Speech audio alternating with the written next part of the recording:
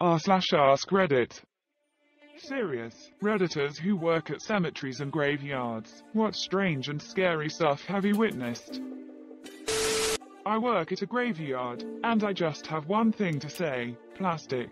Here in Norway, graves are protected by law for 20 years, but after that the spots can be reused. Usually a grave is fine to reopen after 20 years. The body is supposed to be decomposed and pretty much gone. Now back to plastic. Between the 50s and 80s it was common here to be buried in plastic, to minimize smell and leakage. I'm sure they thought it was a good idea back then, but once we started reusing graves in Norway we realized it is a curse. A lot of bodies are wrapped in plastic, and I've myself been part of what was supposed to be a burial at a reused site. The body was about 50 or 60 years old, and should be basically gone, but nope, it was not. The plastic wrap it was covered by kept the body from decomposing, and it's basically just been marinated at its own juices for 50-60ths of a year. The smell was awful. The sight was even worse. I'm sure this is not the kind of story you wanted, but it's honestly the most horrific and bizarre thing I've ever been part of. In the cemetery mausoleum chapel where I occasionally play the organ for funerals, vandals had broken in the night before a service. They smashed several crypt covers, probably with sledgehammers, exposing the remains of those that had been entombed therein. It was an eerie atmosphere to hold a funeral service that morning with such desecration in plain sight. Not really a cemetery experience, but it was still pretty freaky. My grandparents live out in the middle of nowhere pretty much and is surrounded by woods. On their property, there was a whole family that owned my grandparents' property before them this year. From what I was told, they were killed or something like that a few years ago. When I was still living with my grandparents, a relative that was related to the dead family came up to the property and wanted to remove the bodies from the land. My grandpa was extremely happy about it because he wanted to expand the house but couldn't because he didn't want to mess with the graves. So they got together and I stood nearby, watching them dig up 4 caskets. There were 3 adult-sized caskets and 1 child-sized casket, and they all looked really old. One of the bigger caskets had holes and cracks all over it. That was the one that my grandpa and the other relative was carrying when the body fell out the bottom of the casket. The body was pretty much bones, but it still had old muscle and tissue on it. I remember feeling sick to my stomach as I watched them uncomfortably put the body back into the casket upside down. What did they do with the bodies? I'ma let you finish, but I'ma take a Xanax and come right back. I used to do some odd jobs at the 12th century graveyard in my hometown. 12th century, as in the church and its surrounding graveyard had been in continuous use for at least that long. When you keep burying bodies in the same small patch of ground for that many centuries, eventually the soil has been turned over dozens of times and consists mainly of bone fragments. You can't even plant flowers there without accidentally uncovering some teeth or finger bones or something. It's nothing but fragmented skeletons all the way down under the thin turf. The soil sort of resembles seaside shells and, except on closer examination, all the light-colored bits are bone fragments rather than crushed seashells. Not really scary or unexpected, just a bit eerie until you get used to it. You learn to treat anything recognizable as human remains with respect, and just tuck it away out of sight under the plant or whatever else you were putting there. That is eerie, but very interesting too. Being from the US, it's easy to forget how young my country is compared to the rest of the world. My great-great-grandfather and his son were foremen at the cemetery in my hometown of Causeway, before I was ever around. The older of them was said to be sensitive, as in he felt and saw things, and there are stories of people that he buried that came by during nights to tell him that they were cold, which means that there were no flowers, wreaths on the grave, or that their feet were cold. The soil around where the foot of the casket was had leveled. He was also said to be able to see people in what we refer to as hamfer, skin journey, as in the body shows itself to tell someone that the soul has departed. One particular story about it that they still tell around the Sunday dinner table is when a friend of his had been lost at sea. Nobody knew, of course, until much later, but my 2xg grandfather saw his friend entering the house, drenched in seawater, and noisily walk into the living room and sits himself on an old sailor's chest that was by the door, and just as soon the man disappears, My great-grandfather took over his father's job when he got too old to do it. I can't remember any similar stories about him, but there is a joke about some youngsters that tried to scare him that people have told all over the country.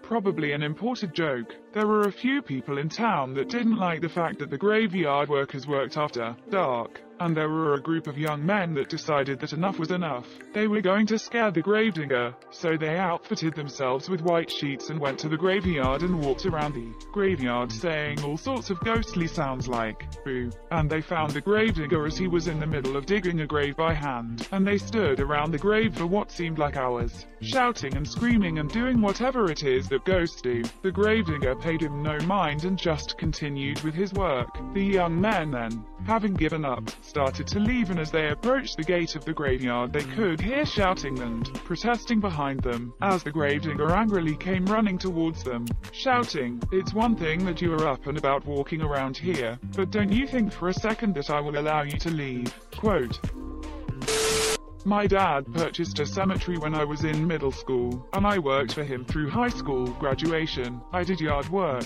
mowing, weed eating, flower beds, etc. Aside from the occasional shadows seen out of the corner of my eye, seeing people who turned out to not be there, and hearing strange sounds. The cemetery was actually a quite peaceful place. But the strangest is when you have a burial in the crypts. Basically, you dig down about 4 or 5 feet to expose giant cement doors. You pull the cement doors off and drop down into a little room. These rooms can fit 2 coffins. Years and years and years worth of cremated remains. So back in the 50s and 60s, families would buy 1 crypt and the entire fam would be cremated and put in it. Some just put the cremated remains in it and close her up, but others light candles and leave flowers and souvenirs and pictures and shit. It's fucking creepy opening up one of those bad boys after 50 years and finding melted candles and old pictures of the people inside. Plus when you hop down in there you have a weird realization that you are at the same level and completely surrounded by bodies. Edit. Rip my inbox. Thanks for the silver kind stranger. And just to clarify, I am originally from the Midwest, so weed eating is a relatively normal term used to say you're going to go whack some weeds. How do you just casually mention random shadows and people who weren't really there and then talk about how creepy the melted candles were? Like that's some next level minding your own business. Former funeral director here. One of our workers cleaned up after everyone had left from a visitation viewing wake. It was about 9 p.m. or later and he saw one last guest walking around in the visitation room. He went to help escort the gentleman out when he discovered no one was in there. When he came back in and told us the story and described the visitor, he identified the man in a photo we had at the funeral home. It was my grandfather, family business, who had recently passed. Papa was making sure you guys didn't screw nothing up, lol. Must be nice to know he still visits. I worked for a county cemetery department years ago. We would go to all the cemeteries in the county and mow or just do basic upkeep. Occasionally people, mainly farmers, would stumble upon some headstones in a field or a stand of trees and we would come out and prod the ground with dowel rods to find more headstones and re-establish the cemetery. Soon after I started working there we got a tip about some headstones a farmer found while clearing out a path through some trees for easier access to his field. It turned out to be the oldest cemetery in the county dating back to the 1700s. After investigating some of the names on the headstones it got really creepy. The story is that before the cemetery was there a schoolhouse stood there. The teachers were a husband and wife. It's not clear on what exactly happened but the students and the husband and wife all died in the schoolhouse. The information we found kind of made it sound like an illness of some kind and they were all quarantined in the school until they all died. After that the school was demolished and the students and husband and wife were all buried right where the school stood. So yeah, I'm sure it's haunted. Jesus, that's absolutely terrifying.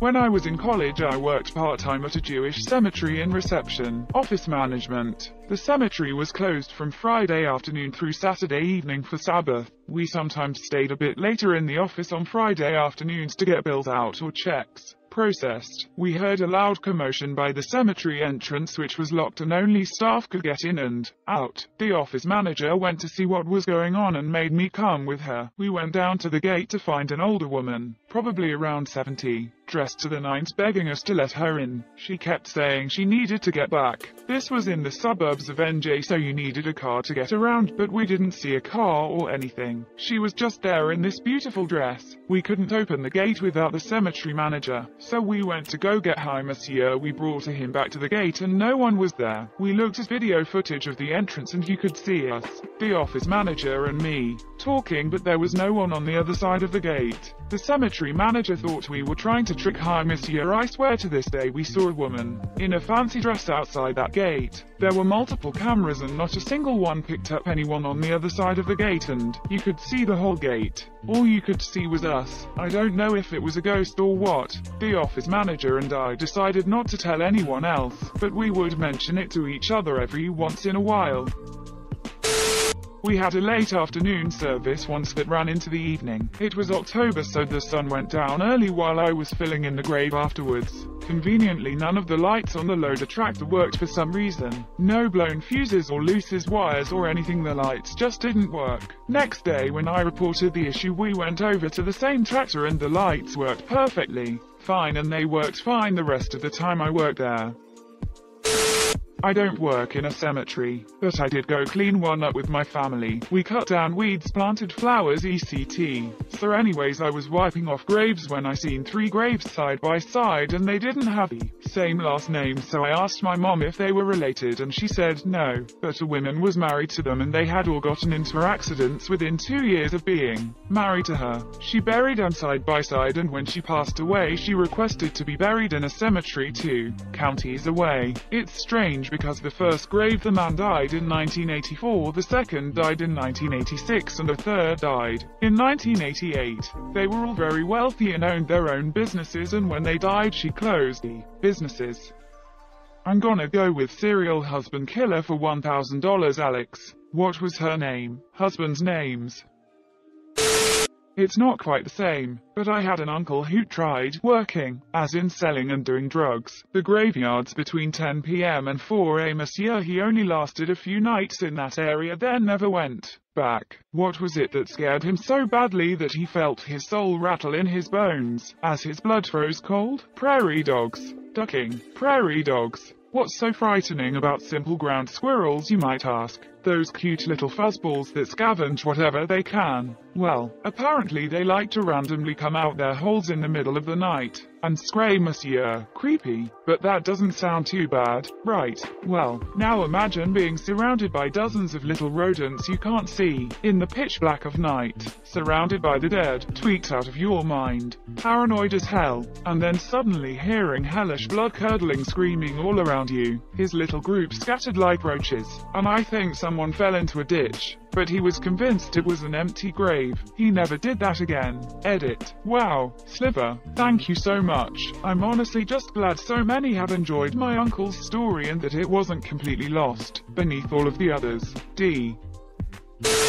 I was a tombstone caretaker for a cemetery in rural Georgia. Summertime job for a 16-year-old. Nothing crazy, just cleaning off the grime of the elements on tombstones etc. Now to just put a setting, the cemetery included one building that housed bathrooms for the 5 staff members of this cemetery, a small simple mausoleum, and then other than that, flat earth with tombstones everywhere. The only surroundings were dense forests in the Georgia country. That being said, due to the eerie surroundings, I was always a bit paranoid. Plus I watch a lot of scary movies and so on. I know, bad combo. So one night I was doing my rounds, and I had to go into the small mausoleum, had some of the richer families in the areas entombed within, and I had to go in, make sure all was neat and clean. Standards had to be upheld for these uppity folks. So I approached, and right off the bat, something was off.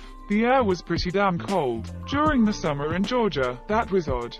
There was a light coming from the mausoleum, and as I approached, I heard voices. Laughter from a child, a little girl. I thought it was simply younger folks maybe. I haven't seen anyone enter or leave the cemetery, and the laughter sounded young. However, as I got closer, the voices and laughter died, like almost instant. I pause. The light I also noticed had gone out. I call the lone security officer that does a few rounds on the lot, cause I'm not gonna go in alone. And he comes. We will call him Officer Friendly. When Officer Friendly arrives, we both go inside. We see one of the doors to the entombed remains of a young girl open. Nothing was disturbed within, but it was open, and a doll lay on the stone beneath it. Me and Officer Friendly do a small sweep. It was only one floor and one room, so it didn't take long. We close the door to the girl's entombment, and we both leave. As we walk away, we get about 30 feet from the mausoleum, and then all of a sudden, boom, voices and laughter again. I jump, and Officer Friendly looks to me,